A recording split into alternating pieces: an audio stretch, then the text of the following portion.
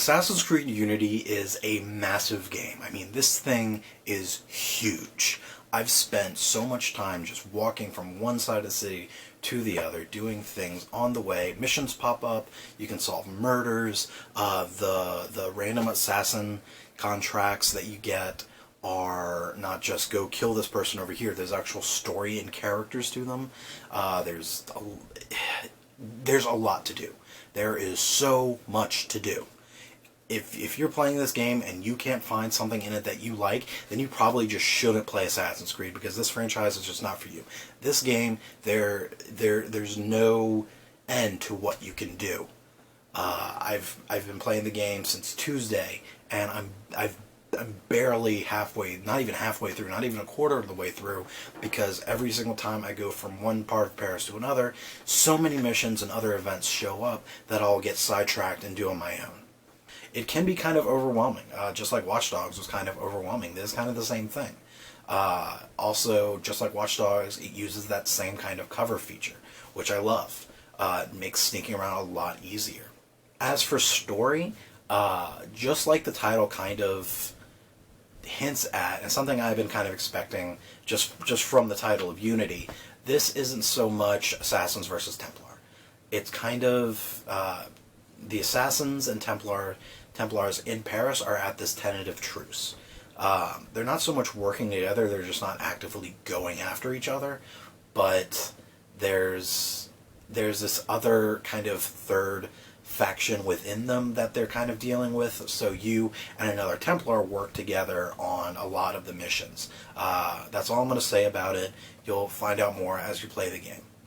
Two of the big things that were advertised with this game that was kind of the big deal were the large crowds and the co-op missions. The crowds are huge. You hear a lot of different people talking. A lot of citizen events show up, like some of the revolutionaries are attacking another citizen, or there's bullies beating up someone, or someone robs another person, you have to chase after them. A lot of it kind of feels like back to Assassin's Creed 1 and 2. That was something that Ubisoft said they want to do with Unity, was bring Assassin's Creed back to its core. And I really think they have.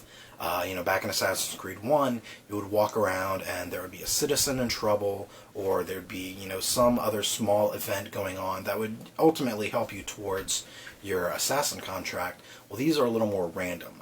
You get, points for doing them, or you get points or money for doing them. And they pop up everywhere. You can have a dozen of them just walking from one place to another. And the crowds, a lot of people have said that the crowds kind of get in the way, that they're more annoying than anything. I don't see that. I mean, yes, they do get in the way, but they're obstacles. They're supposed to get in the way. That was the big thing. But having that huge amount of crowds also makes it a lot easier to do crowd blending, which is something I never did in the other ones because it was so random and just so off. I didn't do it. I didn't like it. This one, it's a lot smoother. It's a lot easier, a lot more accessible to do. Just like in 2, they have gone back to kind of having medicines and different things in your pouch. So you don't just, in 4, Black Flag, you just kind of, you just regained your health.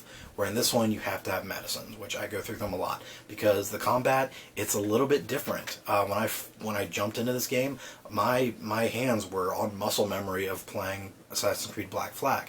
This is not the same thing. The combat is a lot more challenging.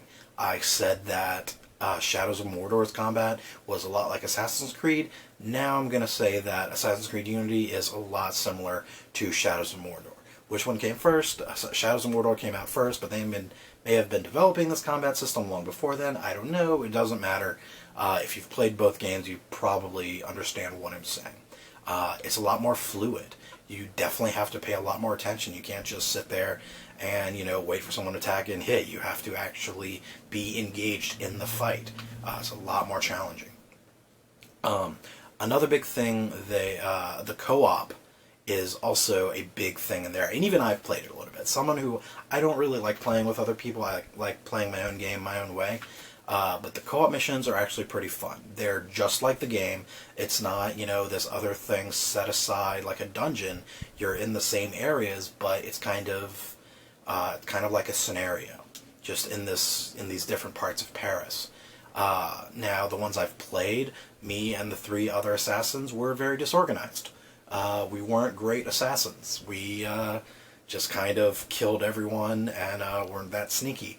But the game just came out, so we haven't had a whole lot of experience, and we're all still getting used to it. So I'm sure once we're a little more familiar with these missions, we'll do them a lot smoother, and it'll end up being like World of Warcraft dungeon, where you basically just go on autopilot and finish it out. However, something that I found that I was really excited about the co-op missions is, one, you don't have to play with a set friend. You can't, it's not like if your friends are online, you can't play them. You can join into random missions with other assassins, with other people playing the game. Also, you don't even have to play with people. You can play the co-op missions on your own. It's a lot more difficult, but it's not impossible. And the co-op missions always give a set of gear. Or not a set, but one piece of gear that you can then use in the customization menu. But you don't always get the one that you want. So you have 2 or 3 options. So sometimes you have to go back and redo the mission a few times before you get the piece that you want. Like I've had to do. I would do a mission with the group of players. I wouldn't get what I want, so I'd go back and do it by myself so that I could do it at my own pace. I didn't have to worry about anyone else. So I was really excited when I found that out.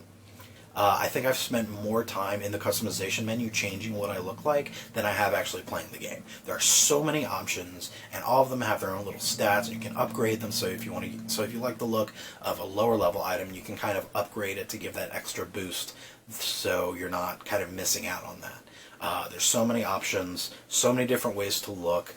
They also have some great outfits, just like in the other games. You can unlock the legacy outfits, so you can wear Altier's robes, Ezio's, Connor's, Edward's. Right now I have Edward Kenway's robes unlocked, and I wear those all the time because they look amazing. If you've played this game, let me know what your favorite part about it is in the comments. Like the video, and subscribe to my channel so you can come back and geek out with me some more. But until then, have fun.